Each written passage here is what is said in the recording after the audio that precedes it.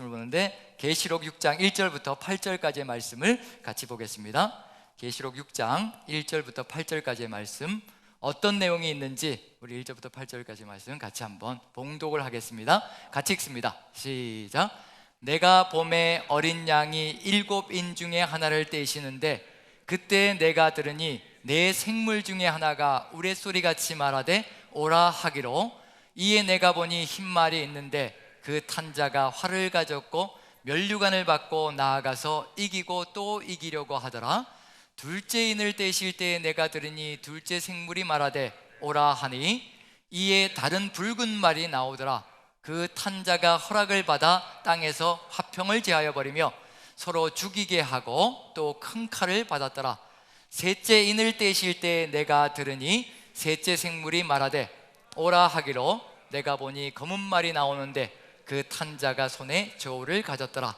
내가 내 생물 사이로부터 나는 듯한 음성을 들으니 이르되 한 데나리온의 밀 한 대요 한 데나리온의 보리 석 대로다. 또 감람류와 포도주는 해치지 말라 하더라.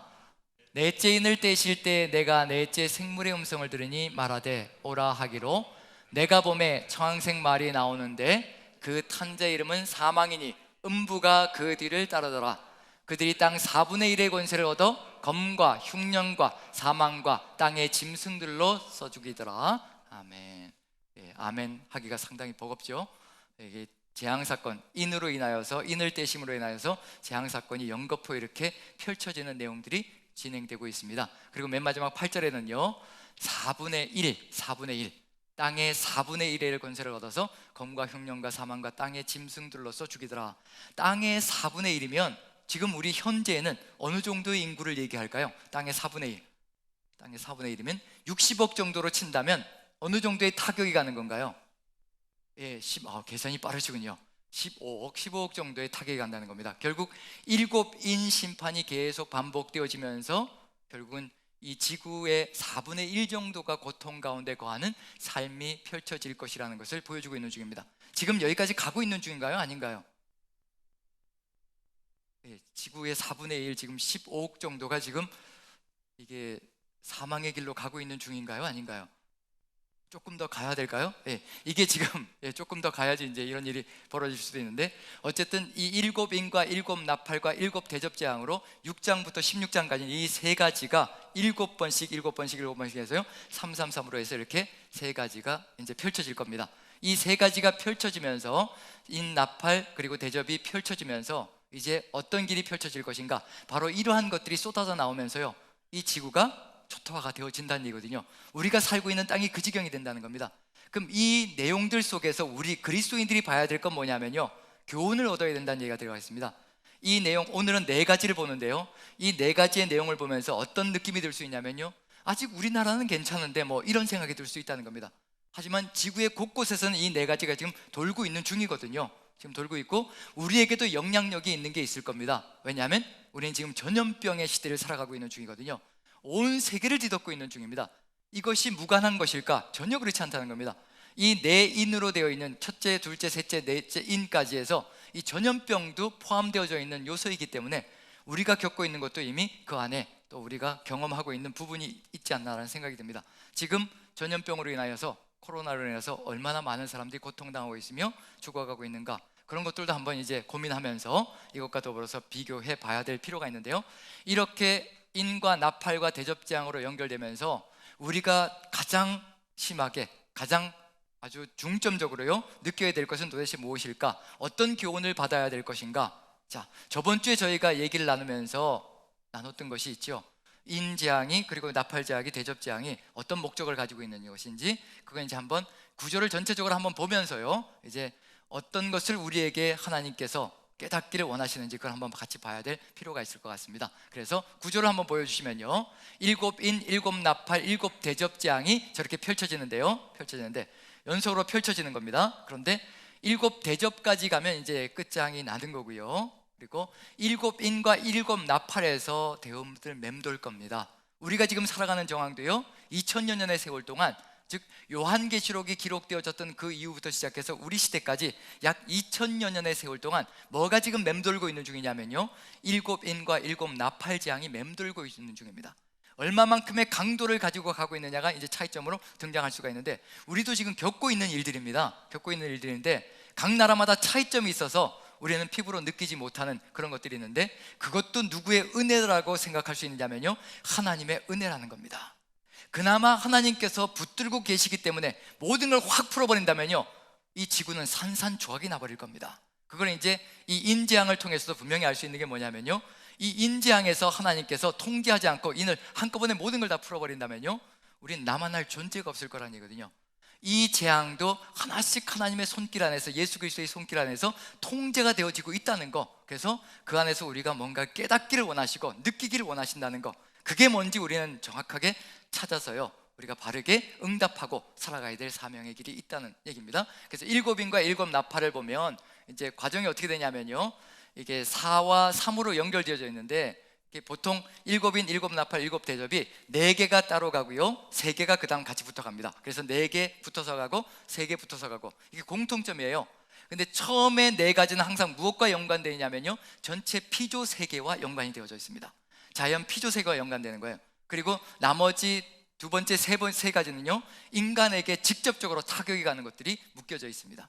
그럼 처음에는 전체 피조물이 영향을 받고, 그 다음에 3개는 이제 인간에게 집중되어져서, 화력이 집중되어져서요, 이제 고통이 가해지는 내용인데, 첫 번째 4가지인 4가지를 보면요, 이게 생물들이 하나님 보좌 앞에 이렇게 호위하고 있는 생물들이, 보좌하고 있는 생물들이 이제 오라라고 명령을 내립니다.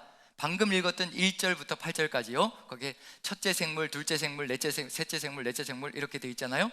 그렇게 되어 있어서, 자, 힌트를 본다면 첫째 생물이 뭐라고 생각되어질까요? 지금 순서대로 간다면요, 첫째 생물이 사자이고, 둘째 생물이 송아지이고, 셋째 생물이 사람의 형상이고, 넷째 생물이 독수리이고, 이와 같은 이제 생물들이 오라라고 명령을 내리는데요, 그 다음에 나머지 3개는 생물들과 연관이 되어 있지 않습니다. 그런 점에서 본다면 이 4생물이 어떤 의미를 가지고 있는 것일까? 즉 사자, 송아지, 사람, 독수리, 이런 형상을 가지고 있는 4생물이 어떤 의미를 가지고 있는 것일까? 뭐가 연관되어져 있다라고 우리가 예전에 우리 3장, 4장을 할 때 나누었던가요?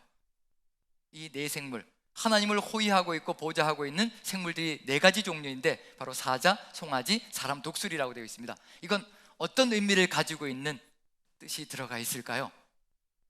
이 4가지는 뭐를 상징하는 의미가 들어가 있을까요? 이 4가지만 보셔도 뭐가 다 들어가 있는 거예요. 네, 창조세계 전체가, 피조세계 전체가. 자, 먼저 사자는 무엇의 대표격인가요? 동물인데 어떤 동물이요? 야생동물, 야생동물의 대표자가 사자이고요, 백수의 왕자라고 얘기하잖아요. 그래서 야생동물의 대표자가 사자이고요, 그 다음에 송아지는요, 모든 가축의 대표가 송아지, 소입니다. 그 다음에 사람은요, 인류의 대표자로 들어가 있는 거고요, 그 다음에 독수리는 모든 조류의 대표자. 이렇게 해서 이 4가지 생물이 다 들어갔다는 얘기 뭐냐면요, 피조세계 전체가 움직이고 있다는 것을 보여주고자 하는 의도가 들어가 있습니다. 그 정도로 이 첫 번째, 두 번째, 세 번째, 네 번째에는 피조세계 전체가, 즉 무너지는 그런 역사, 그래서 하나님의 창조 세계가 무너지는 그런 역사를 보여줄 겁니다. 창조 질서가 무너지는 거예요. 그 다음에 두 번째, 여기 4가지는요, 첫 번째 일곱 나팔의 4가지는 첫 번째 땅에 영향을 주고요, 그 다음에 바다에, 그 다음에 강 물샘에, 그 다음에 해달별, 이렇게 첫째 나팔, 둘째 나팔, 셋째 나팔, 넷째 나팔 불 때 요 4가지가 이제 해당됩니다. 이게 피조세계 전체가 움직이고 있는 거죠. 그 다음에 7대접도 역시 마찬가지입니다. 7대접도 이제 첫째 대접, 둘째 대접, 셋째 대접, 넷째 대접 이렇게 해서 땅, 바다, 강, 물샘, 해, 이렇게 해서 공통적으로 들어가 있습니다. 그래서 첫 번째 4가지는 뭐가 다 등장하느냐면요, 피조세계 전체가 움직이고 있다는 걸 보여주고 있는 중입니다. 그 다음에 나머지 3개는 인간에게 집중되어서 화력이 집중되어지고요, 그 다음에 어디까지가 희망인지, 어디까지가 우리의 소명 속에 들어가 있는지 보자는 얘기입니다. 어디까지냐면요, 7인과 7나팔에서 사람에게 화력이 집중되어질 때 3, 3이 나올 때요, 뭐가 있냐면 2개, 1개로 나뉘어집니다. 공통적으로요. 7인도 2개, 1개로 나눠지고요, 7나팔도 2개, 1개로 나뉘어집니다. 2개가 쏟아져 들어가고, 그 다음에 가운데 뭐가 있나요? 마지막 7인과 마지막 7째 나팔이 불려지기 전에 뭐가 들어가 있나요? 저기 보시면 둘 다음에 뭐가 들어가 있죠? 삽입이 들어가 있습니다. 삽입, 즉 인과 상관이 없고요, 나팔과 상관이 없는 삽입이 그 안에 들어가 있습니다. 그 내용들이 우리에게는 정말 생명처럼 소중한 겁니다. 왜 저기에 삽입을 집어넣으셨을까? 그런데 어디에는 삽입이 없느냐면요, 세 번째 7대접에는 삽입이 없습니다. 그냥 어떤 일이 벌어지냐면요, 이제 요한계시록 16장을 보면요, 그냥 첫 번째 대접부터 시작해서 7번째 대접까지 쉼이 없이 그냥 한꺼번에 확 쏟아져 내립니다. 그게 무슨 얘기일까요? 이제 끝이라는 얘기가 들어가 있는 겁니다. 이제 여기에는 어떤 기회도 주어지지 않을 것이라는 거, 그래서 대접이 그냥 일순간에 쏟아져 내릴 것이라는 거. 7대접으로 들어가면요, 이제 모든 게 끝장나는 겁니다.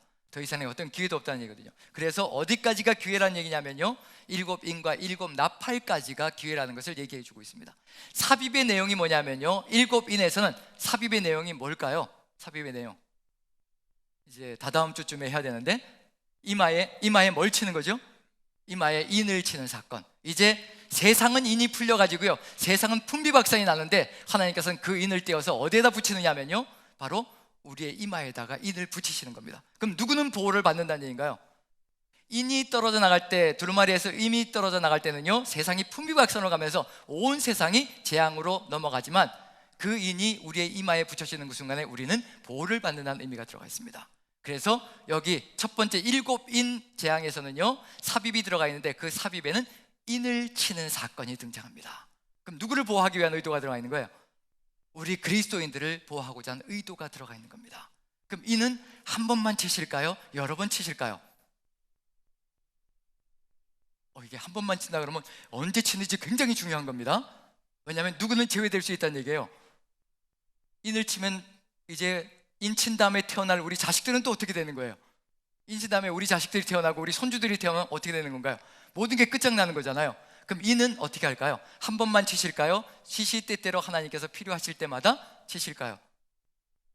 요한계시록을 보면 어떻게 나오나요? 한 번만 나오는데, 이게 지금 7인 7나팔이 저는 돌고 돈다라고 말씀드렸습니다. 돌고 돈다는 얘기는 뭐냐면요, 이 7개가 무질서하게 우리의 삶에서 펼쳐질 수 있다는 겁니다. 어떤 때는 뒤죽박죽으로 올 수도 있다는 얘기예요.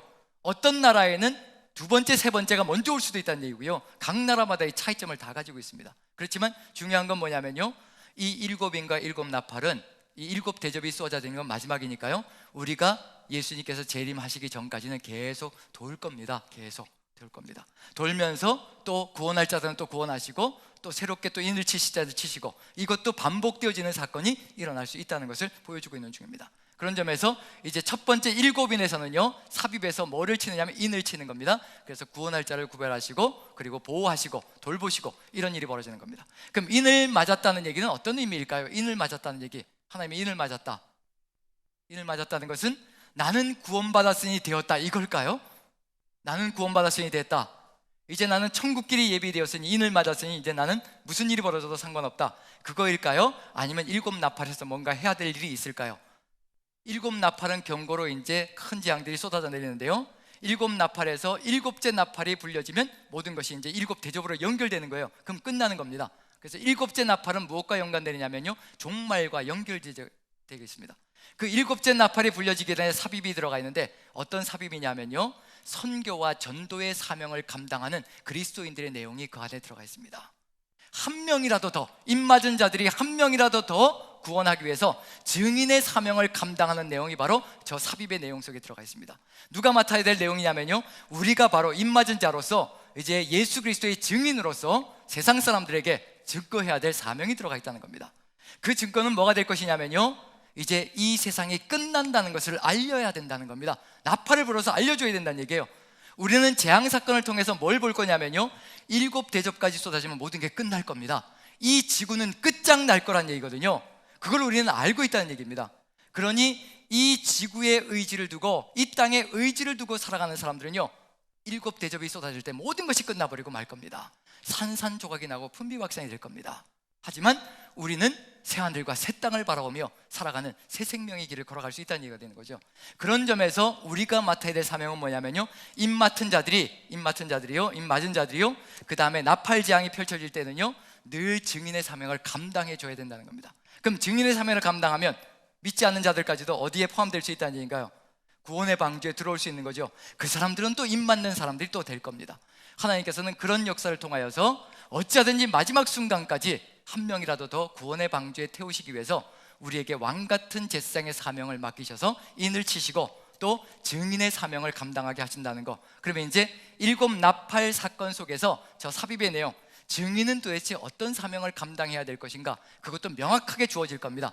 증인은 바로 이러한 삶을 통하여서 바로 증인의 삶을 감당해야 될 것이고, 그 길을 통해서 많은 사람들에게 회개의 기회를 주어야 될 것이라. 그래서 두 번째 7 나팔의 삽입 구절이 지난 다음에요, 정말 세상 속에서 회개하는 사람들이 등장하기 시작합니다. 그 얘기는 뭐냐면 세상에 우리가 희망을 주어야 될 존재라는 것을 분명히 보여주고 있는 중입니다. 그럼 결국은 우리는요, 재앙이 쏟아져 들어오는 그 순간에도, 인이 펼쳐지고 나팔이 불려지는 그 순간에도 우리는 역시 세상을 구원하기 위한 소명자들로 서야 되는 것이 우리의 사명 속에 들어가 있다는 거. 그냥 넉넉히 있다가는 우리도 사라지는 거고요, 세상도 기회 없이 무너지는 안타까운 역사가 펼쳐진다는 겁니다. 그래서 이런 구조를 가지고 한번 읽어보시면 좀 더 쉽게 읽어가지 않으실까. 그리고 삽입이 어떤 내용이 있는가를 다시 한번 더 읽어보시면서 그 삽입이 나에게는 어떤 의미를 가지고 있는 것인가, 그리고 세상에는 어떤 희망과 기대를 주고 있는 것인가, 그런 것들을 한번 느껴본다면 지금 우리가 이 일곱인과 나팔 재앙의 시대를 살아가면서 2000년의 시대 동안 살아가면서 내가 지금 맡아야 될 소명과 걸어가야 될 삶의 길이 무엇인가를 좀 더 느껴볼 수 있지 않을까라는 생각을 해봅니다. 그래서 이걸 가지고요, 그 다음에 첫 번째 재앙부터 한번 들어가 봅니다. 인을 떼시는데요, 첫 번째 인 심판부터 한번 살펴보죠. 몇 절을 보시느냐면 요한계시록 6장 1, 2절만 같이 한번 읽어봅니다. 1절 2절 같이 읽습니다. 시작. 내가 봄에 어린 양이 7인 중에 하나를 떼시는데 그때 내가 들으니 내 생물 중에 하나가 우레소리같이 말하되 오라 하기로, 이에 내가 보니 흰 말이 있는데 그 탄자가 활을 가졌고 면류관을 받고 나아가서 이기고 또 이기려고 하더라. 여기서 이제 첫째 인을 떼니까 어떤 말이 나온다라고 되어 있나요? 네, 여기서 먼저 이것부터 한번 해보죠. 내 생물 중에 하나가 우레소리같이 오라라고 명령을 내립니다. 오라라고 명령을 내리니까 이제 나오는데, 이 네 생물 중에 하나, 첫 번째 생물이라고 생각한다면 어떤 형상의 생물일까요? 뭐 그건 중요한 건 아닌데요, 사자 형상의 생물, 그 다음에 사자, 송아지, 그 다음에 사람의 형상, 그 다음에 독수리의 형상이었기 때문에 그 순서대로 가지 않을까라고 추측해 보는데, 이걸 아느냐 모르느냐는 구원에 전혀 관계가 없습니다. 그런 점에서 별로 중요한 건 아니고요, 어찌되었든 네 생물 중에 하나가 우레소리같이 말하되 오라라고 명령을 내립니다. 오라라고 명령을 내리자 뭐가 나타나나요? 흰 말이 나타나고, 그 다음에 또 그 탄자가 있는데 뭘 가졌다라고 되어 있나요? 활을 가졌고, 그 다음에 머리에는요 면류관을 받았고, 그 다음에 또 이기고 또 이기려고 하더라. 이걸 이제 중요하게 봐야 될 게 뭐냐면요, 흰말 탄 사람들이 요즘도 있습니다. 이게 사진들을 보면 흰말을 타고서 아주 관을 쓰고 아주 의리의리한 모습으로 등장하는 사람들이 있죠. 요 근래는 누구였던가요? 요 근래는 신천지 이만희 씨께서도 자기가 이런 존재라고 생각하는지 모르겠지만 어쨌든 흰말을 타고, 이게 메시아라고 자기가 얘기하는 교주들은 다 흰말을 타고 나타나더라고요. 아마 이런 요한계시록의 이 내용들을 읽어보고 그런 것이 아닌가라고 추정을 해봅니다. 어찌되었든 흰말이 한번 힌트를 드릴 테니까 누구를 상징하는지 한번 찾아보십시오. 자, 흰말을 타고 있습니다. 그리고 면류관을 쓰고 있습니다. 그 다음에 또 이깁니다. 이기고 또 이기려고 합니다. 요 세 가지가 합쳐지면 누가 생각나시나요? 예수님. 그럼 이분이 예수님이신가요? 예. 이분이 방금 요 세 가지가 겹쳐지면 예수님이라고 큰 소리 치셨는데, 크게 얘기해 주셨는데, 자, 이분이 예수님이라고 물어보니까 또 침묵을 지키시네요. 이분이 예수님이신가요? 이게 아니다라고, 대답은 못 하시고 아니다라고 고개로만 끄덕끄덕 해주셨는데, 만약에 이분이 예수님이라면 이건 큰일 나는 겁니다. 누구의 명령 따라 움직이는 거예요? 하나님을 보호자하고 있는, 하나님과 어린 양의 보좌를 호위하고 있고 보호자하고 있는 그 생물이 오라라고 명령을 내리니까 말을 타고 나타나시는 거예요. 그럼 누구의 명령 따라 살아간다는 얘기예요? 생물의, 그 앞에 있는 보호자간 생물의 명령 따라 움직인다면 이건 위기의 질서가 다 무너지는 겁니다. 그런 점에서 절대 이런 일은 있을 수가 없습니다.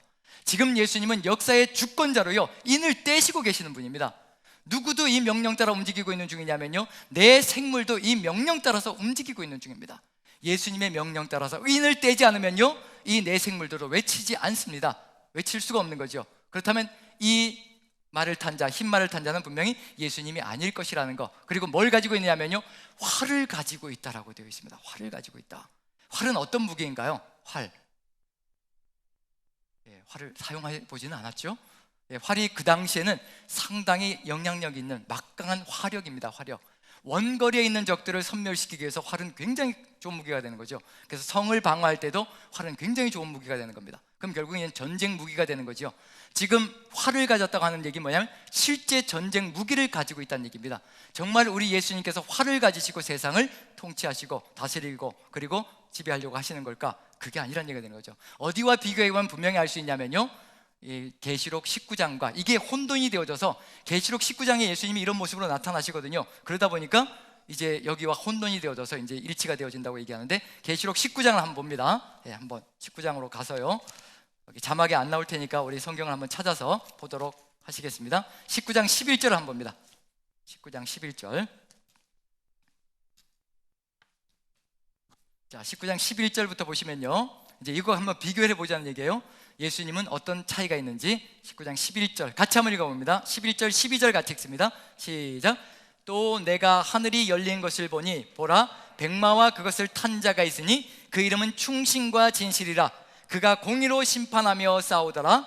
그 눈은 불꽃 같고 그 머리에는 많은 관들이 있고 또 이름 쓴 것 하나가 있으니 자기밖에는 아는 자가 없고. 여기도 백마를 타고 계시고요, 탄 자가 있고요, 그리고 뭘 쓰고 있다고요? 많은 관을 쓰고 있다. 많은 관. 관이라는 단어와 면류관이라는 단어는 헬라어 단어로는 차이가 있습니다. 다르지만 어쨌든 관이라는 점에서는 이제 공통점이 있는 거죠. 어쨌든 흰말을 타고요, 백마를 타고 그 다음에 탄 자가 있고 그 다음에 많은 관을 가졌고, 이것과 연결시켜서 그래서 여기 요한계시록 6장 1, 2절도 바로 예수님이다, 메시아다 라고 해석하는데, 이제 무기의 차이가 있습니다. 전쟁을 치르시는데 어떤 무기로 예수님께서는 전쟁을 치르는가, 그게 우리가 또 따라가야 될 일이거든요. 한번 봅니다. 13절 봅니다. 13절, 14절, 13, 14절, 15절까지 한번 읽어보죠. 13, 14, 15절 같이 읽습니다. 시작. 또 그가 피 뿌린 옷을 입었는데 그 이름은 하나님의 말씀이라 칭하더라. 하늘에 있는 군대들이 희고 깨끗한 세마포 옷을 입고 백마를 타고 그를 따르더라.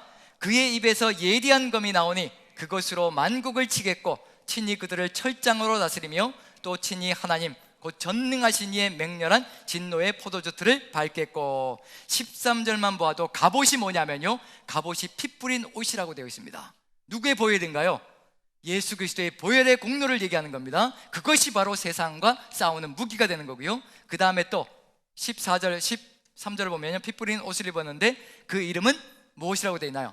하나님의 말씀이라고 되어 있습니다. 그리고 전쟁을 치르시는데요, 입에서 뭐가 나간다고 되어 있냐면 15절 보시면 그의 입에서 예리한 검이 나간다라고 되어 있습니다.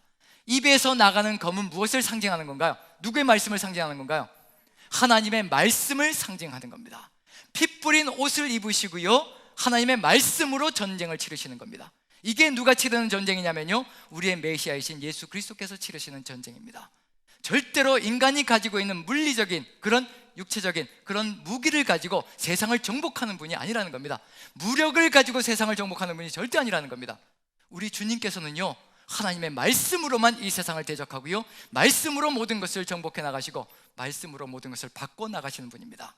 우리가 그 뒤를 따라 나간다면요, 우리도 어떤 존재냐면 14절 보시면요, 하늘에 있는 군대들이 희고 깨끗한 세마포 옷을 입고 백마를 타고 그를 따르더라. 희고 깨끗한 세마포 옷, 흰 옷은 요한계시록에서 어디에 빨았기 때문에 흰 옷일까요? 요한계시록에서 예수 그리스도의 보혈에 옷을 빨았기 때문에, 자기의 행실을 빨았기 때문에 이게 바로 흰 옷이 되었다고 얘기하는 겁니다. 그럼 우리가 입는 옷은 어떤 옷이냐면요, 보혈의 공로에 의지한, 은혜에 의지한 삶을 가지고 살아가는 삶. 그리고 무엇을 가지고 전쟁을 치러야 된다는 얘기인가요? 예수님께서 말씀을 가지고 세상 속에서 전쟁을 치른다면 우리도 무엇을 가지고요? 오직 하나님의 말씀으로 세상과 싸우는 겁니다.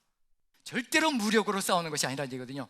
제가 무력을 강조하지 않는 이유는 뭐냐면요, 무력으로 우리가 세상과 싸우려고 하면요, 반드시 무슨 일이 벌어질 거냐면요, 무력은 또 더 큰 무력을 불러오게 되어 있습니다. 예수님께서 말씀하신 게 칼은 칼을 부른다, 칼로 흥한 자 칼로 망한다. 맞습니다. 왜냐하면요, 세상 제국들의 이야기를 살펴볼 때 칼로 세상을 지배했습니다. 그 다음에 뭐가 오냐면요, 그보다 더 강한 칼을 가지고 있는 제국이 들어와서요, 또 그 제국을 무너뜨립니다. 그 다음에 그 제국은요, 또다시 더 큰 칼을 가지고 있는 제국이 들어와서 또 무너뜨립니다. 그게 바로 아시리아, 바벨론, 페르시아, 헬라, 그 다음에 로마, 끊임없이요, 더 큰 무력이 들어와서 결국은 짓밟고 새로운 제국이 선다는 얘기거든요. 이게 인간 세상이라는 겁니다. 무력은 반드시 뭘 불러들이냐면요, 더 큰 무력을 불러들이게 되어 있습니다. 하지만 하나님의 말씀으로 우리가 살아가며 십자가의 보혈의 공로로 우리가 세상을 이겨나간다면요, 어느 누구도 이것에 대항할 자가 없다는 얘기입니다. 왜냐하면 십자가를 가지고 대항하면 이건 그 다음부터 전쟁이 아니라는 얘기거든요. 전쟁이 아니라 연합이 일어나는 겁니다. 우리가 싸우는 십자가를 가지고 상대방이 가지고 들어온다면 그건 연합이죠. 절대로 싸움이 벌어질 수가 없습니다. 주 예수 그리스도의 십자가를 부르짖고 그 십자가의 삶을 살아가는 사람들이 만난다면요, 거기에 분열도 전쟁도 다툼도 사라지게 되어 있습니다. 그게 바로 우리 구주 예수 그리스도의 전쟁 방법이고요, 그렇게 할 때 세상을 하나로 만들어갈 수 있는 그런 역사가 펼쳐진다는 거, 어느 누구도 정복하고 어느 누구도 지배할 수 없는 나라가 만들어진다는 것이 바로 그 안에 들어가 있는 예수 그리스도의 전쟁의 방법입니다. 우리가 따라가야 될 전쟁의 방법도 바로 그와 같습니다. 우리가 먼저 십자가를 지는 겁니다. 우리가 먼저 죽는 겁니다. 치고 들어온다고 같이 무력으로 들어가는 것이 아니라요, 우리가 죽을 준비를 하고 있어야 세상도 우리를 바라보며 예수 그리스도가 누구인지를 배워갈 수 있다는 얘기가 되는 거죠. 그런 점에서 예수님의 전쟁이 바로 그와 같은 전쟁이라는 거. 하지만 여기 요한계시록 6장 1, 2절에는요 분명히 뭘 가지고 있냐면요, 무력으로 세상을 지배하려고 하고 있는 중입니다. 활이라는 강력한 무기를 가지고 세상을 지배하려고 안간힘을 써대고 있거든요. 그래서 이런 제국이 어디인가, 말을 타고, 그것도 흰말을 타고, 주로 흰말을 타고 그 다음에 활을 가지고 면류관을 받았다는 얘기는 뭐냐면요, 이겼다라는 의미가 들어가 있습니다. 면류관은 이긴 자에게 주어지는 것이기 때문에. 그리고 또 전쟁에서 어느 나라가 승리하게 되면, 장군들이 승리하게 되면요, 그리고 패배한 나라의 왕의 왕관을 쓰게 되어 있습니다. 그런 점에서 빼앗았다는 의미가 되는 거죠. 정복했다는 의미가 되고요, 면류관을 받았고 이기고 또 이기려고 한다. 그 당시에 흰말을 타고 그 말 위에서 활을 쏠 수 있는 민족은요 흔하지 않았습니다. 우리 아시아권으로 얘기하면 어떤 나라일까요? 아시아권으로 얘기하면 고대, 어디가 말을 타면서 활을 쏘는데 아주 능수능란, 말을 타는데 아주 능수능란하고요, 말 위에서 능수능란하게 활을 쏠 수 있습니다. 어느 나라인가요? 몽골이죠. 몽골이 유럽까지 들어가서, 징기스칸 때 유럽까지 들어가서 정복할 수 있었던 거, 신속하게 말을 타고 활을 날릴 수 있었던 거, 그리고 몽골족의 눈이, 시력이 어땠을까요? 시력이요, 몽골족의 시력도 한몫했습니다. 시력이 6.0입니다 6.0. 우리가 1.5만 돼도 어떤가요? 1.5만 돼도 정말 말 그대로 날카롭게 보잖아요. 몽골족은 6.0입니다 6.0. 그래서 어떤 특징이 있냐면요, 저기 수십 킬로미터 앞에서요, 말을 타고 달려오는데 그게 적군인지 아군인지 분간이 가능하답니다. 그래서 수 킬로미터 앞에서 달려올 때 적군인지 아군인지, 적군이면 방비해야 되는 거고요, 아군이면 맞을 준비를 해야 되는 거고요, 그게 보이니까, 눈이 시력이 좋으니까 방비를 하게 되고, 그 다음에 그걸 가지고 또 전쟁터에 나가서 승리하는 길로 가고요. 어쨌든 지금도 몽골족은 평균적인 시력이 6.0이랍니다. 실제로 조사를 해봤어요. 여행 가가지고 실제로 저 1km 앞에 A4 용지를 가지고 들고 있고요, 거기에 숫자를 적어놨습니다. 5라고 적어놨거든요. 1km 앞에서. 근데 그게 보입니다. 그게 보여요. 6.0 정도 되니까 지금도 그렇게 시력이 좋다는 얘기입니다. 어쨌든 그 몽골족이 말을 타면서 활을 쏘는데 능수능란해서 결국 유럽까지 지배하게 되는, 정복하게 되는 그런 역사가 펼쳐졌는데, 여기 이 시대, 로마 시대 때 어떤 나라가 이와 같은 역량을 발휘했냐면 파르티아라는 제국이 이와 같은 역량을 발휘했습니다. 누구도 두려워하는 제국이냐면요, 로마도 파르티아만큼은 두려워합니다. 그리고 파르티아와 전쟁을 벌였을 때요, 로마가 이기지 못한 나라가 유일하게 파르티아입니다. 그 정도로 강력한 세력을 가지고 있었는데, 한번 지도를 보시죠. 지도를 보시면요, 저기 보시면 분홍색으로, 핑크색으로 되어 있는 게 로마 제국입니다. 그리고 연두색으로 되어 있는 것이 파르티아 제국이고요. 본래 작았었는데 말을 타고 활을 날리면서 전쟁을 치르기 시작하면서요, 이제 제국을 넓혀가기 시작한 거죠. 저렇게 동쪽 지역에서 파르티아가 버티고 있으니까요, 로마 제국이 뻗어나가지 못하는 겁니다. 그 정도로 강력하게 제국을 형성했었는데, 이게 요한계시록 시대에 요한이 아마 이 파르티아 제국에 대해서 얘기를 들었고 알고 있었던 것 같습니다. 왜냐하면 로마 시대는 파르티아 제국을 굉장히 두려워하고 있었기 때문에요. 그런 점에서 아마 활을 가지고 말을 타고 자유자재로 움직이면서 그렇게 무기를 날리는 그런 족속은 파르티아 제국일 것이라, 그래서 로마 제국의 두려움이 아마 들어가 있는 것 같고요. 그리고 이 속에 들어가 있는 건 단순히 파르티아 제국 사람들에 대한 이야기만 들어가 있는 것이 아니라 결국 로마 제국의 모습도 그대로 들어가 있습니다. 로마 제국에서 흰말을 타고 머리에 관을 쓰고 입성하는 사람은 보통 누구일까요? 예, 개선 장군이 그렇게 했습니다. 흰말을 타고 그 다음에 관을 쓰고요, 그리고 개선 장군이 입성을 하는 겁니다. 때로는 황제들이 그와 같은 모습으로 이제 입성을 하기도 하고요. 그렇게 해서 개선 장군이라는 얘기는 뭐냐면 이겼다는 얘기인가요? 졌다는 얘기인가요? 제국의 평정이 일어나고 그 다음에 전쟁에서 이겼다는 의미가 들어가는 거죠. 그런 점에서 이 내용은 뭐가 될 것인가? 다시 요한계시록 6장 1, 2절로 들어갑니다. 이 내용은 뭐가 될 것인가? 뭐가 지금 인을 떼면서 풀려나갔다는 얘기인가요? 지금 제국들이 무슨 일이 벌어지고 있는 중이냐면요, 제국들이 전쟁을 해서 이기고 또 이기려고 하는 겁니다. 모든 제국들이 일어나기 시작한다는 얘기거든요. 여기저기서 이기려고 하는 그런 역사가 펼쳐지는 겁니다. 뭐가 지금 지구상에 가득 차기 시작한다는 얘기인가요? 전쟁이 가득 차기 시작한다는 겁니다. 지금 우리 시대 어떤가요? 곳곳에서 전쟁이 있나요, 없나요? 곳곳에서. 우리 대한민국은 지금 전쟁이 없지만 곳곳에서 어떤 일이 벌어지고 있나요? 곳곳에서 전쟁이 벌어지고 있는 중입니다. 뭐가 풀려나갔다는 얘기면 첫째 인을 떼어내면서 전쟁이 풀려나갔다는 의미가 된다는 얘기거든요. 그렇지만 감사하게도 하나님께서 어느 정도 선에서 부여잡고 가시기 때문에 우리가 그나마 이렇게 버텨내고 있다는 거. 만약에 하나님께서 모든 것을 다 풀어냈다면, 세상의 모든 제국의 전쟁의 광기를 풀어냈다면 어떻게 될까요? 인을 다 풀어냈다면 어떤 역사가 펼쳐질까요? 모든 인간의 관계를 제어하지 않으시고 통제하지 않으시고요, 모든 걸 다 풀어버리시는 겁니다. 마음대로 하게 풀어버리시는 겁니다. 그럼 어떤 일이 벌어질까요? 북한에서 뭐가 날라오게 될까요? 우리한테 북한에서 핵이 날라올 수도 있다는 얘기입니다. 그나마 우리가 버텨내고 이렇게 살아갈 수 있는 이유가 무엇인가? 하나님께서 통제하고 계시다는 겁니다. 몇 분의 1이라고 얘기했던가요? 아까 몇 분의 1이요? 4분의 1. 7인이 떼어질 때까지는 4분의 1밖에 안 된다는 얘기입니다. 아무리 극렬하게 전쟁이 벌어져도요, 절대로 이 이상을 넘어가지 않는다는 겁니다. 그 다음에 이제 7나팔이 펼쳐질 때 어떻게 될까요? 4분의 1이 사라졌고요, 7인에서요 4분의 1이 사라졌고요, 그 다음에 7나팔이 불려질 때 그때 남은 3분의 1이 이제 제거되어지는 겁니다. 그래서 7나팔은 3분의 1이 다 제거되어지는 걸로 가는 겁니다. 그런 점에서 차근차근 강도가 세지면서요, 이 지구가 전체적으로 재앙 사건으로 넘어간다는 그런 의미가 들어가 있습니다. 지금은 이제 우리는 4분의 1까지 이제 재앙을 받는 그런 길로 가는 거고요. 어찌됐든 여기서 이렇게 펼쳐지고 있는데, 지금 우리가 살아가는 시대만 보아도 전쟁이 곳곳에서 펼쳐지고 있는데요, 광기가 다 풀려나가지 않았다는 것이 감사하다는 얘기고, 지금 중국과 인도가 뭘 벌이고 있는 중인가요? 예를 들어서 뉴스를 보면 국경 분쟁을 벌이고 있는 중이죠. 중국과 인도는 국경을 맞닿아 있는 중이거든요. 몇 킬로 정도가 국경선이냐면요, 3,400킬로 정도가 인도와 중국이 맞닿아 있는 지역이라는 겁니다. 우리는 서울부터 부산까지 몇 킬로인가요? 서울부터 부산까지 가보신 적 없나요? 서울부터 부산까지 한 길어야 500킬로 정도 되겠죠. 길어야 500킬로인데, 그런데 인도와 중국이 맞닿아 있는 부분만 3,400킬로라고 하니까 그 거대함이 얼마나 큰지 짐작이 가는 거죠. 그런데 국경이 정확하게 나뉘어져 있지 않습니다. 고대로부터 지금까지요, 정확하게 여기서부터 여기까지라고 해서 서로 분리해서 갖고 있는 게 아니라 그냥 모호한 거예요. 그러다 보니까 국경 분쟁이 끊임없이 벌어질 수밖에 없는데, 특히 히말라야 지역의 국경 분쟁이 상당히 심각합니다. 그러다 보니까 이제 접전이 벌어지기도 하는데요, 이 두 나라가 세운 원칙이 있습니다. 어떤 원칙을 세웠냐면요, 우리 접경지대에서는 절대 무장을 하지 말자. 우리도 왜 비무장지대가 있잖아요. 여기도 마찬가지로 우리 접경지대에서는 절대로 총기라든가 이런 걸 소지하지 말고 비무장으로 하자. 비무장으로 하면서 지키기로 하자. 그렇게 해서 비무장 선언이 일어났고요. 왜냐하면 비무장으로 한 것도 무슨 의미 때문이냐면요, 만약에 거기 국경지대에서 총격전이 벌어지기 시작하면 두 나라 다 뭘 가지고 있는 나라인가요? 중국이나 인도나 핵을 가지고 있는 나라거든요. 만약에 국경에서 총격전이 벌어지고 폭탄이 터지고 이런 일이 벌어지다 보면 그게 이제 핵전쟁으로까지 갈 수 있기 때문에 절대로 국경 지역에서는 이제 무기를 소지하지 말고 맨손으로 그리고 방비하도록 하자. 그런데 중국에서 어떤 사람들을 거기 국경지대로 파견했을까요?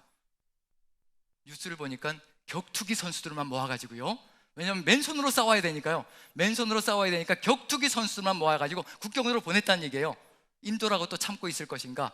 그렇게 해서 결국은 또 국경지대에서 중국군이 이 나무 몽둥이에다가 못을 박아가지고요, 그걸로 인도군과 이제 맞부딪혔는데 그 분쟁으로 76명이 부상하고 20명, 인도군 20명이 사망을 했답니다. 중국군의 사망은 어떻게 됐는지 모르고요, 그럼 보고가 안 나와서, 결과가 안 나와서 어떻게 됐는지 모르는데, 인도군이 76명이 부상을 당하고 20명이 사망을 했답니다. 그래서 인도에서 이제 보복 조치가 지금 일어나고 있는 중이죠.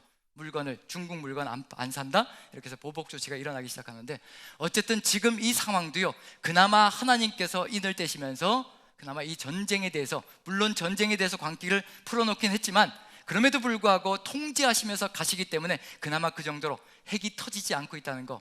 만약에 모든 것을 다 풀어낸다면요, 전쟁의 광기를 그대로 하나님께서 풀어낸다면 이 핵만 터져도 아마 지구는 몇 번 산산조각 날 겁니다. 지구상에 있는 모든 핵폭탄이 터지면요, 아마 수십 번은 지구가 산산조각이 날 겁니다. 그런 일들이 벌어지는데요, 지금 여기서는 그나마 7인이 첫 번째가 띄어지면서 요 정도로 이제 하나씩 점점 강조되어져 가고 있다는 거, 이제 점층되어져 가고 있다는 거, 그걸 한번 생각하시면 되겠고요. 지금 우리가 대한민국이 그나마 안전하게 살아가고 있는 것은 하나님께서 이와 같이 통제하고 계시다는 거, 그럼에도 불구하고요, 이게 우리에겐 희망이라는 얘기입니다. 자, 그럼 이제 여기에서 뭐가 이제 풀려나가기 시작하냐면요, 세상이 전쟁으로 가득 들어차기 시작할 겁니다. 그럼 이제 어떤 일이 벌어질 것인가? 그게 이제 요한계시록에서 보여주는 건데요, 그 다음 이제 재앙부터는 바로 그와 같은 내용인데, 미리 한번 살펴보지요. 어떤 내용들이 펼쳐질 것인가? 자, 예레미야서와 에스겔서를 보면요, 고대에 이미 이런 일들이 벌어졌었습니다. 전쟁으로 인해서 이와 같은 경험들을 했거든요. 그래서 예레미야서 14장 12절 한번 보죠. 이스라엘 민족이, 유다 백성이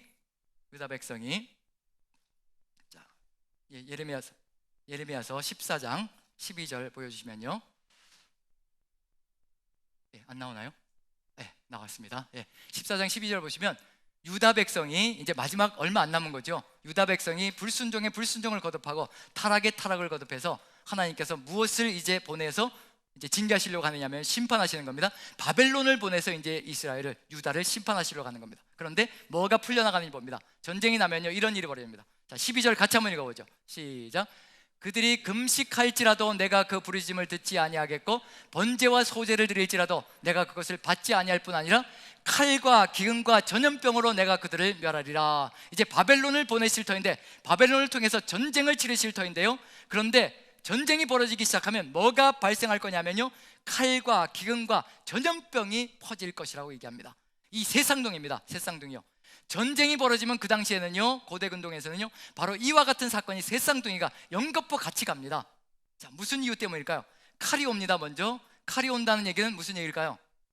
전쟁이 극심해지기 시작한다는 얘기가 되는 거죠. 자, 전쟁이 극심해지면 그 다음에 기근이 옵니다. 왜 기근이 올까요? 기근이 오는 이유. 자, 히스기야 시대에 아시리아 군대가 몇 명이나 예루살렘을 포위했다고 되어 있나요? 제가 너무 무모한 질문을 드리는 거예요. 우리가 지금 이사야서를 매일 묵상하고 있어서 아직 39장까지는 38장 뭐 이렇게 가진 않았지만 36장부터 39장 사이에 등장하는 내용입니다. 히스기야가 아시리아 군대를 맞이하는 장면. 자, 거기에 보면 18만 5천 명이 하루아침에 죽었다고, 전멸했다고 되어 있습니다. 굉장한 사건인 거죠. 18만 5천 명입니다. 자, 18만 5천 명이 밀고 내려오는 겁니다. 밀고 내려오는 거예요. 한번 상상해 보십시오. 18만 5천 명이 어느 정도의 위력이 될 것이고 어느 정도의 숫자가 될 것인가. 끝에서 끝이 보일까요? 여기 시작에서 끝까지 18만 5천이면요, 그 정도로 엄청난 군대가 밀고 내려오는 겁니다. 자, 그러면 한번 얘기를 좀 나눠보죠. 18만 5천 명의 아시리아 군대가 내려올 때 보통 예루살렘 성을 에워싼다는 얘기 뭐냐면요, 보통 2년 3년 굳히기 작전을 해야 되는 겁니다. 예루살렘 성은 굉장히 철벽과 같은 요새이기 때문에요, 이건 치고 들어갈 수가 없습니다. 한쪽으로밖에 들어갈 수가 없거든요. 그래서 그쪽으로 들어가면 다 죽는 거거든요. 그래서 뭘 하냐면요, 삥 둘러싸고 항상 2년 3년 굳히기 작전하는 겁니다. 북이스라엘이 멸망할 때도 사마리아 성을 아시리아가 2년 3년을 삥 둘러치는 겁니다. 그리고는 굶어 죽기 싫으면 나오라는 얘기죠. 2년 3년이면 이제 식량이 다 떨어지고요, 물도 다 떨어집니다. 그럼 이제 손 들고 나오는 거죠. 그렇게 굳히기 작전이 그 당시엔 주로 얘기가 되는 거죠. 자, 그러면 2년 3년 이렇게 전쟁을 치러야 되는데 18만 5천 명이 2년 3년 동안 전쟁을 치르려면 군량미가 어느 정도 있어야 될 것인가 한번 생각해 보십시오. 그러면 18만 5천 명이 내려올 때 3년치 식량을 들고 내려온다. 상상이 되시나요? 절대로 전쟁 그렇게 하지 않죠. 어떻게 할까요? 어느 정도 식량을 들고 내려올까요? 기껏해야 한 달치 정도 식량을 싸질머지고 내려올 겁니다. 왜냐하면 이 3년치 가지고 내려왔다가요, 그거 들고 내려오라고 전쟁터까지 오지도 못할 겁니다. 지쳐서요. 그래서 한 달치 정도 식량을 싸질머지고 비상식량을 짊어지고요, 아마 내려올 겁니다. 그리고 어떻게 할까요? 내려오면서 18만 5천 명이 어떻게 할까요? 내려오면서 만나는 마을마다 어떤 일이 벌어질까요? 싹쓸이가 벌어질 겁니다. 판쓸이가 벌어지는 겁니다. 아무것도 남지 않습니다. 18만 5천 명이 대한민국 서울서부터 시작해서 쭉 밀고 내려온다고 생각해 보십시오.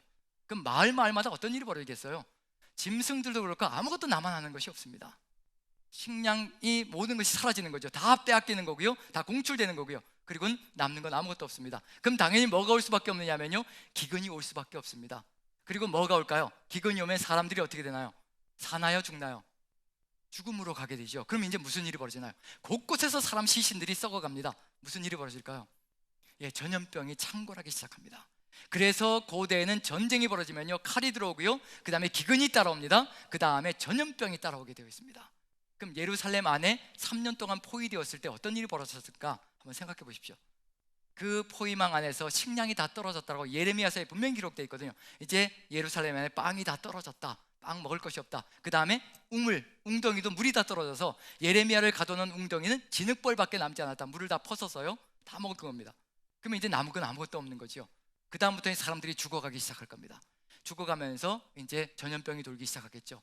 기근과 전염병이 이제 오기 시작하는 겁니다. 그래서 이 새쌍둥이는 전쟁이 벌어지면, 고대에서는요, 전쟁이 벌어지면 이와 같은 것들이 그대로 연결되어서 연속으로 시리즈로 오게 되어 있습니다.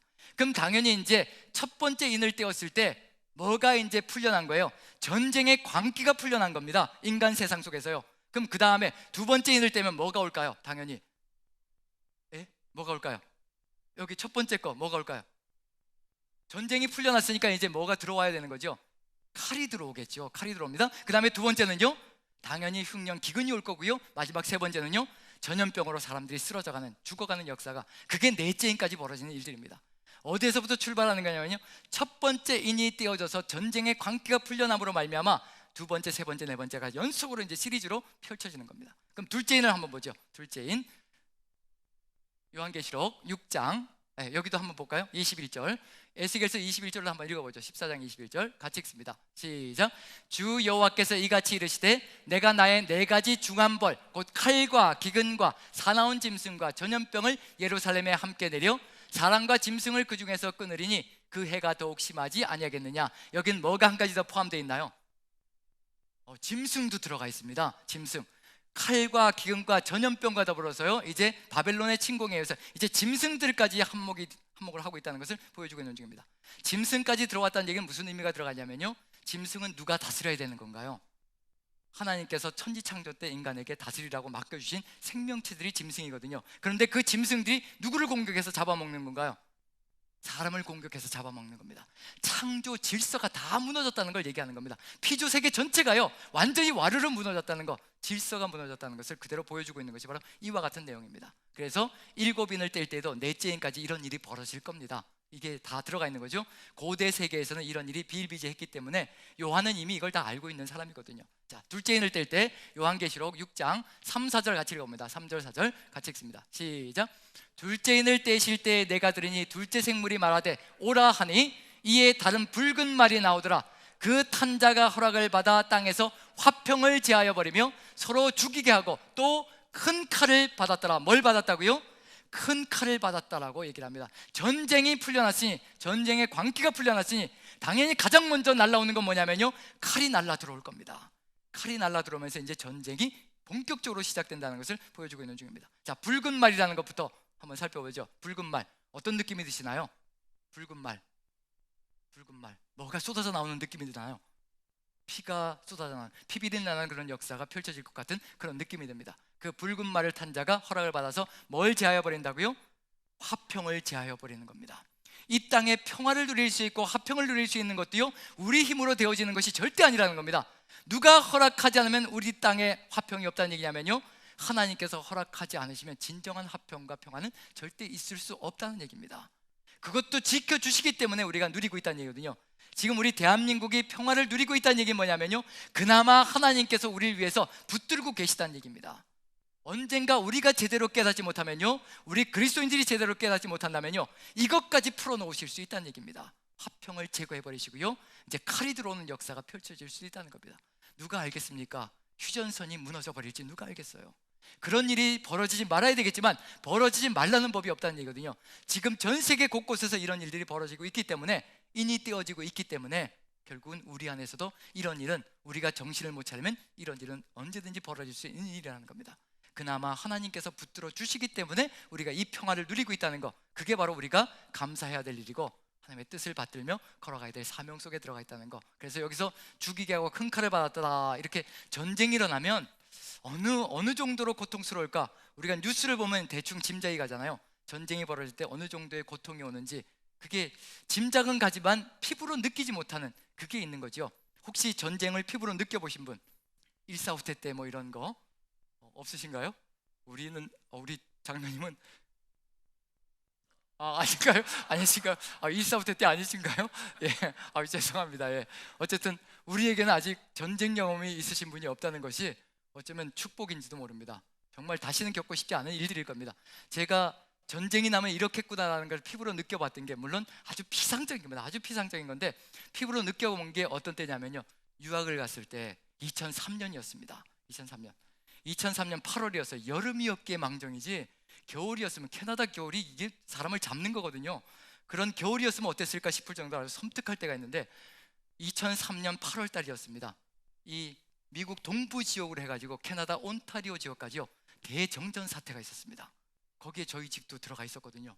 저희 집이 온타리오 안에 있었기 때문에 그 대정전 사태가 벌어졌는데 열흘 정도 대정전이 일어났습니다. 그 지역 전체가 깜깜하게 이제 정전이 된 거예요. 정전되는데 안타깝게도 저희 집이 아파트 16층이었습니다. 아파트 16층이요. 아이들 둘, 그 어린 녀석 둘을, 유모차 타고 다니는 어린 녀석 둘을 키우고 있었습니다. 이 전기가 안 들어오니까요, 그때부터 뭐가 멈출까요? 엘리베이터가 딱 멈추는 겁니다. 16층, 그때 층수는 낮은 데 살아야 되겠구나, 로얄 층에 살아야 되겠구나. 16층에 살다 보니까 이게 오르락내리락 하는 것마저도요, 이건 아이들 데리고 오르락내리락 하는 건, 이건 정말 그 사망의 음침한 골짜기가 따로 없다는 생각이 들었습니다. 자, 그 다음에 엘리베이터가 멈춥니다. 그 다음에 뭐가 안 나올까요? 물이 안 나옵니다. 물이 안 나오면 뭐를 내릴 수 없을까요? 변기를 내릴 수가 없는 거예요. 변기를 내릴 수가 없다는 얘기는 뭘 볼 수가 없다는 얘기인가요? 볼일을 봐야 될까요? 거기다가 볼일을 볼 수가 없는 거예요. 물이 안 나오니까 이거 그렇게 했다가는 완전히 이건 정말 이상한 일이 벌어지는 거죠.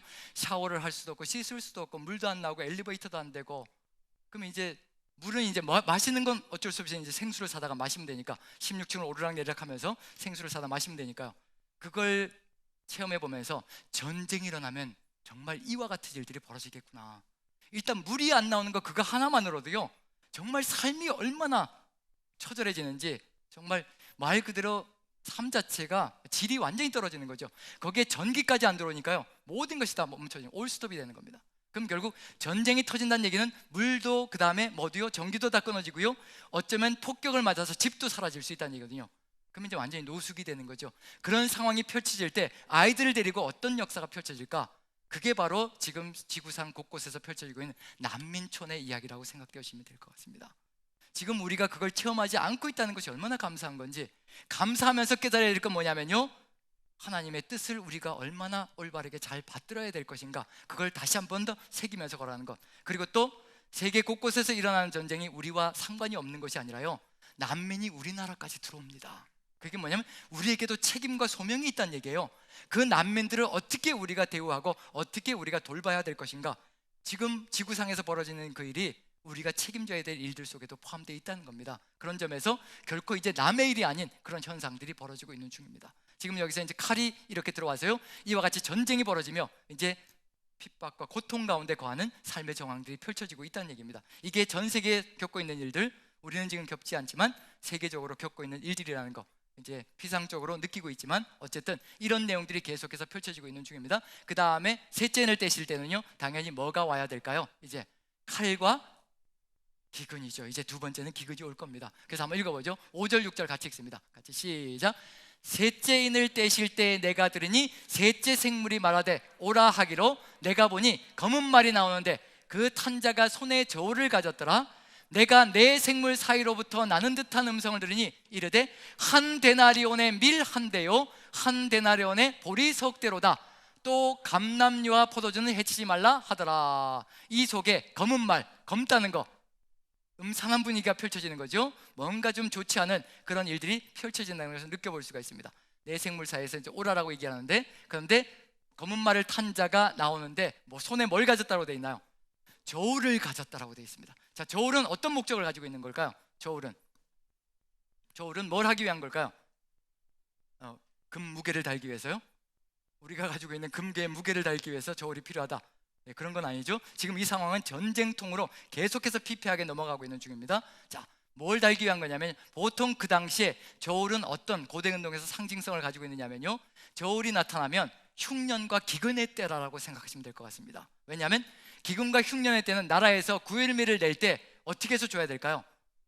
그렇죠. 달아서, 정확하게 달아서 모두가 공평하게 똑같이 가져갈 수 있도록 이렇게 달아서 줘야 되는 거죠. 그래서 저울이 등장할 때면 늘 흉년과 기근의 때가 창궐할 때, 그런 때라는 의미가 들어가 있습니다. 그런데 어느 정도로 기근이 왔다는 얘기냐면요, 그런대로 하나님께서 그런대로 좀 붙들고 계시니까, 통제하고 계시니까 요 정도라는 거. 하지만 요 정도도 절대로 만만치는 않을 것이라는 거. 자, 여기서 보면 한 데나리온에 뭐라고 되어 있나요? 밀 한 대라고 되어 있죠. 자, 한 데나리온은 어느 정도 액수인가요? 한 데나리온, 노동자 하루에 1당입니다. 1당. 8시간, 10시간 정도 우리 노동자들이 지금 우리 시대에 일을 하면 얼마 정도 받을까요? 8시간, 10시간 정도. 자, 알바를 써보신 분들 한번 얘기해 주시죠. 거기에 뭐도 플러스 해야 되냐면 유류비도 포함시켜서요. 유류비도 포함시켜서 알바를 쓰면 한 10시간 정도 일하면 어느 정도 액수가 나갈까요? 약 10만 원 정도. 예, 10만 원 정도 나가겠죠. 자, 10만 원 정도를 가지고 밀 한 대를 산다는 겁니다. 크오이닉스, 한 대라고 되어 있는 이 헬라어 단어가 크오이닉스라는 단어인데요, 이 크오이닉스는 측량 단위로 1리터밖에 안 됩니다. 1리터. 한 대라고 하지만 작은 대라는 얘기예요. 작은 대. 절대로 우리 큰 대박이 아니라는 겁니다. 작은 대, 1리터 정도밖에 안 들어가는 것. 그래서 보통 이 한 대는 그 당시에 성인 한 명이 하루에 먹는 양이 바로 이 한 대라는 겁니다. 그럼 뭐밖에 살 수 없다는 얘기예요. 하루 종일 일해가지고 그 10만 원 받아가지고 뭐밖에 살 수 없는 거예요. 하루 동안 먹을 식량밖에, 양식밖에 살 수 없다는 겁니다. 그렇다면 어느 정도 물가가 올라가 있는지, 보통 16배 정도까지 물가가 올라갔다라고 볼 수가 있다는 얘기거든요. 그 정도가 되어 있다는 겁니다. 자, 그런 점에서 본다면 이렇게 되면 이제 다른 거는 살 수도 없다는 얘기예요. 왜냐하면 먹는 것밖에 살 수가 없다는 얘기는 그 다음에 뭘 할 수 없다는 얘기예요. 옷도 살 수 없고 다른 뭐 어떤 생필품들을 살 수 있는 것이 아무것도 없다는 얘기입니다. 거기에 덧붙여서 가장이 나가서 일을 한 겁니다. 집안 식구들은 많이 있고요, 가장이 나가서 하루 일당을 벌어왔는데 그거 가지고 누가 먹을 것밖에 살 수가 없다는 얘기예요.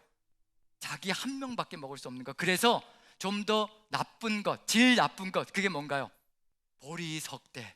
그래서 밀 한 대는 그래도 귀족적인 음식이 되는 거고요, 보리석대, 온 가족이 먹기 위해서. 그런데 가족이 3명 이상은 될 거 아니에요. 그 당시에는 또 자녀들도 많이 나왔으니까. 그런 점에서 수많은 가족들을 부양하기에는 턱없이 부족한 것이 그 당시의 삶의 정황이었다는 거. 이런 일들이 재앙으로 쏟아져 들어간다는 거.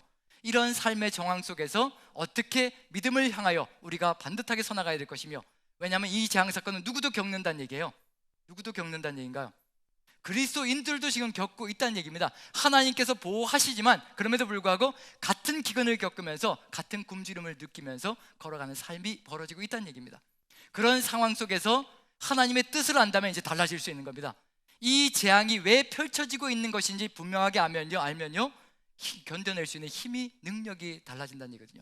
그런 점에서 힘과 능력을 가지고 하나님의 뜻을 반듯하게 깨달아서 이런 것들을 견뎌내고 이 안에서 정화되어지고 정결해지고 깨끗해진 삶을 통하여서 그리스도인으로 점점 더 한번 성숙돼 나가는 그런 모습으로 서나가야 되는 것이 그리스도인들의 삶의 모습입니다. 만약에 이런 상황이 펼쳐진다면 우리는 어떤 모습일까요? 이렇게 지금 전쟁이 벌어져서요, 기근이 벌어지고 자식들에게 먹일 수 있는 것도 구할 수 없는 상황이 펼쳐진다면 어떻게 될까요?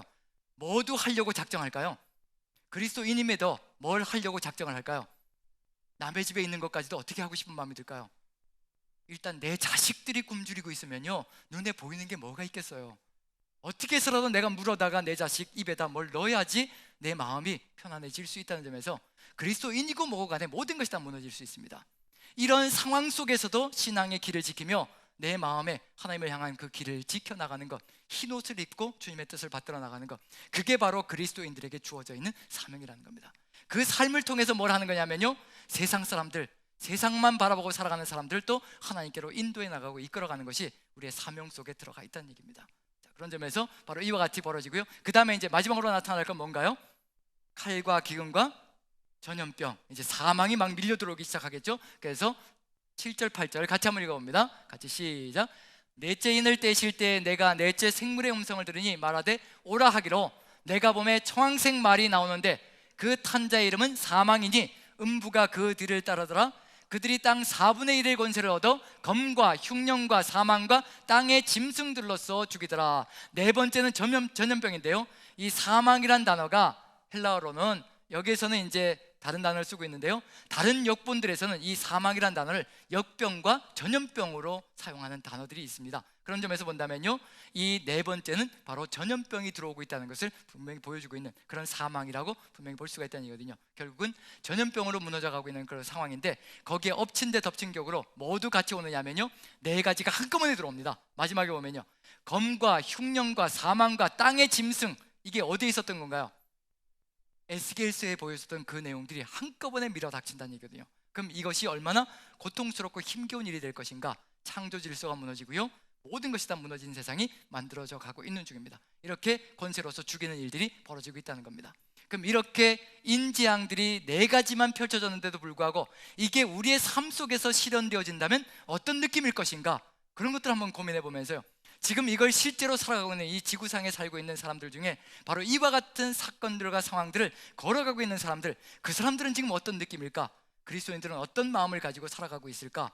그런 것들도 한번 우리가 되짚어 봐야 될 것이고요, 그런 상황 속에 있는 사람들에게 우리가 같은 그리스도인으로서 어떻게 그들에게 다가가야 될 것인가, 어떤 도움을 줘야 될 것인가.